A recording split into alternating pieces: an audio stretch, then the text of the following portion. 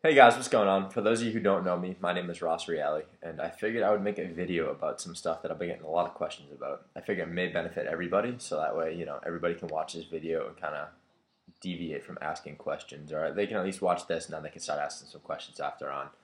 So, the biggest question that I get from a lot of people most recently was that they want to lean out, but they also want to keep their lean mass or possibly even gain lean mass. To do this is kind of hard. To say it's impossible is, not really impossible, but it's more unlikely that it'll happen more than anything.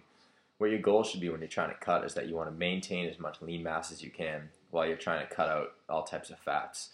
And basically, the best way, in my opinion, from stuff that I've read, from stuff that I've been told, is more along the lines of doing HIIT cardio, where you're doing sprints for 30 seconds and then resting until you're completely recovered, and then hopping back on again and doing an exercise to your fullest extent so you can raise your heart rate to its fullest max, and that way you can also drop your heart rate almost to a resting rate. And that fluctuation in your heart level is going to be burning a lot more calories throughout your whole exercise and until you're actually done and past when you're done doing your cardio as well.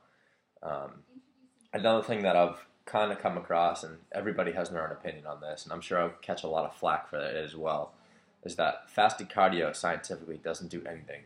You're going to burn just as much or get rid of just as much fat or burn as many calories or whatever you want, whether you're doing it fasted first thing in the morning when you wake up or you're doing it in the afternoon after you have a meal.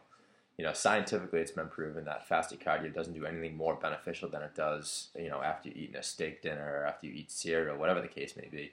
But everybody has their own way that their body functions differently than others. Everybody has their own opinions. Everybody's going to do it their own way anyways. But that's my 2 cents. I've done fasted cardio maybe 10 times in my whole life, and it just sucks to begin with because you're starving, you're tired, and cardio is already miserable to begin with. So that's my 2 cents on that. I personally, I recommend people taking an HMB supplement. It's called. I always get mine from Optimum Nutrition. I did a little bit of reading into it for HMBs. I forget exactly what it stands for, but they did a lot of research for it on cancer patients. And what HMB is supposed to do is it's supposed to help preserve as much lean tissue, lean mass as possible while you're going through, a cut or your calories are getting cut and something like that. And as everybody knows, when people have cancer or you have a degenerative disease like that, your lean mass is actually getting eaten by the disease and you're slowly getting weaker. And if you've ever seen anybody who has cancer, which I have, my grandmother passed away from pancreatic cancer, is that, they get really frail, they get really weak, and they lose a lot of their lean mass because they're not getting adequate nutrition, they're not getting adequate exercise, and their medication, is trying to fight through whatever they're doing, or if they're going through chemotherapy, so on and so forth.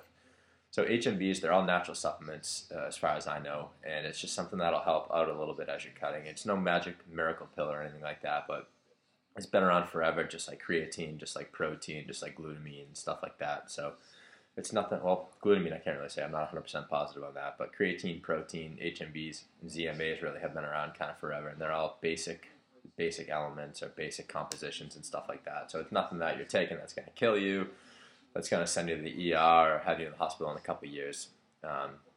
So that's basically all with that. One of the other things that I've been talking with some people about is targeting specific muscles, or they want to grow a certain area, or they want to focus more on doing their chest as opposed to doing their back or their legs or something like that. And one of the things that I really focus on is getting a good contraction when you're doing any muscle group for that matter.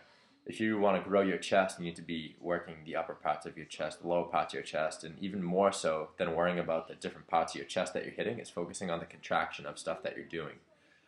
My biggest, comparison that I can use for different people is that when you're doing a bicep curl, you're putting your arm all the way out, extending the muscle to its fullest length, and then coming in to do a curl, tightening up your bicep and putting it to its shortest form. So that whole form of contraction is very possible and very easy with your bicep because it's an easy movement for you to do.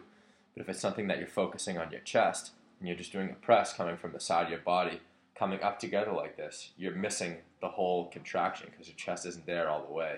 It's a big muscle. You can do a big movement with it. But I find personally that I get a bigger pump, I get bigger, I get more soreness and stuff when I'm doing cable crossovers where I'm starting from here and my finishing position is with my arms across because now my chest muscle is compressed and contracted as much as I can possibly get it, so you're getting more blood flow to it. So again, everybody has their own different opinions where if you're moving more weight, you're going to be tearing more muscle fibers and basically what it all comes down to is nutrition and how hard that you work out. The more you destroy your muscles in the gym, the more you compensate for adding carbs, adding fats, adding protein after your workouts, the more that you're going to grow. So I'm a big person on form. I like to make sure that everybody's doing things properly. Anybody who's ever trained with me or worked out with me knows that I'm a huge stickler for making sure that your back is straight, your chest is out, you're keeping your elbows up when you're doing tricep extensions, so on and so forth. So I'm a big isolatory person. When I work out, I like to focus on one muscle group, unless, it's doing squats or deadlifts or something like that. But if I'm doing tricep extensions, your elbow shouldn't be moving. It should be right by your side. You should be pushing down. You should be getting full extension and locking out your tricep and then coming all the way back up to the top. That's personally something that I'm a huge fan of. I feel like it has worked for myself. Am I the biggest human being in the world? Hell no. Am I the biggest guy in the gym? Absolutely not. But am I happy with myself?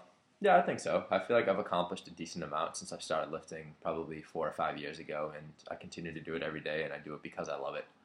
So I think the last thing that I would want to touch on would just be fat loss in general. Like I said before, I'm a big fan of HIIT training, doing Stairmaster, going as hard as you can for 30 to 40 seconds, and then putting it to the lowest level and, just relaxing, getting your heart rate back down, kind of getting yourself back into the flow, and then just going and cranking it up again and killing it. I personally hate doing cardio. I do as little as humanly possible, and I also do jump roping. Jump roping is my go-to, I guess, form of cardio. I try to do that in between sets, doing it for 30 to 40 seconds after everything, and that way it keeps my heart rate up throughout my whole workout, and that way I can kind of burn calories as I'm going, and I don't know, it works out pretty decently for me. I still have to end up doing sprints or doing the Stairmaster or something like that to try to get me to lean me onto competition leanness, but hey, it does what it does. I'm trying to find any other points here that I've been talking with other people about. The last thing that, most importantly, that a lot of people don't know about if you're not really in the fitness field would be macros. So a lot of people ask me what macronutrients are, and if you know it already, I apologize. You can end the video now because this will probably be my last topic. But macros are macronutrients. So your macros are going to be your proteins, your fats, and your carbs. So what people can do is you can go to this website. It's called IIFYM.com. So it stands for If It Fits Your Macros. So if you go to this website, you can figure out exactly what your intake should be. So you enter in, I believe you enter in your height, your age, your weight, and your workout frequency. If you know your lean body mass, you can enter that in, but a lot of people don't really know that to a T. People have done caliper tests, or they'll step on a scale and it'll say what their body fat composition is, but the scale definitely is not a real life, I guess you wouldn't use that for a real life application because it's not accurate. It just sends a small electronic impulse through your body, and that kind of gives you a rough estimate, I guess. There's a large factor of error using a scale to calculate your body fat. But anyways, so you enter in this information, you enter in how often you work out, what your height is, what your age is, how much you weigh, and it'll give you what your caloric intake should be based on throughout the day. And then you can adjust your protein per pound of body fat. I believe you can adjust how many grams of fat you want per pound of body weight. And I think protein you can do the same. I'd have to double check on it. But after you enter in these things, you should just leave all those the same. I believe you should be eating 1 to 1.5 grams of protein per pound of body fat. Carbs, I usually just leave that the same, and fats, I usually just leave it the same to see where it comes out as. So once it gives you your caloric base, for myself, say it was 2,200 calories. So then once you adjust all those different things for protein, fat, and carbs, if you want to change them, which I would probably just leave the same unless you really know what you're doing, it'll give you the option to choose, fat loss if you want to maintain your weight or if you want to gain mass. So everybody that wants to cut, since beach season is coming up, you can choose the fat loss. So there's 3 different categories. I believe it's like a 10% cut, a 15% cut, and a 25% cut if I remember properly. And you can choose through the different ones of those. So you can kind of go through and see how it'll change what your intakes will be for carbs, what your change will be for protein and fats and stuff like that. A lot of people think that you need to cut out eating carbs completely, or you really need to just lower your carbs to such a minimum, or eat salads for every single meal, and that's not really the case at all. There are people that follow flexible dieting, which I am a huge fan of because you can eat pizza, you can eat ice cream, you can eat whatever you want, Oreos. And then there are other people that will just follow strict dieting where they'll eat, only lean proteins, they'll eat clean carbohydrates, they'll eat coconut oil, peanut butter, and different fats and stuff like that are really healthy for their body, and never really deviate from eating what they would say is clean foods. I'm a huge fan of flexible dieting just for the fact that I get so sick of eating chicken, oatmeal, eggs, all that stuff every single day, and that if I want to eat a slice of pizza, I can because it'll fit what I have left for my daily value for my protein, fat, and carbs.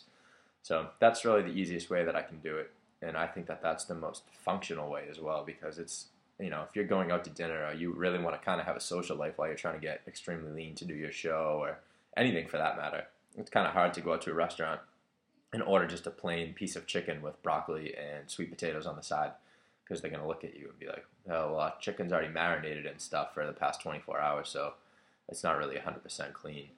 But that, I guess, is my 2 cents on what has been going on lately with emails that have been sent to me, with people that have been asking me questions on Instagram, on Facebook, so on and so forth.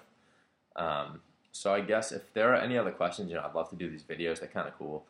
And yeah, if anybody has any questions, leave a comment below or send me an email or send me a Facebook message or send me something on Instagram, anything like that.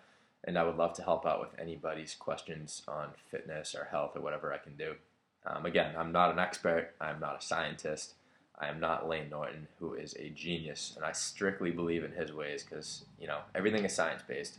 You cannot outsmart your body, as he always says in his videos. So hope you guys are having a good day, and I hope this video helps out for some of you guys. And like I said, keep lifting hard, be smart, do everything that you know, focus on your form, and the more you know, the more you grow. All right, have a good day, guys.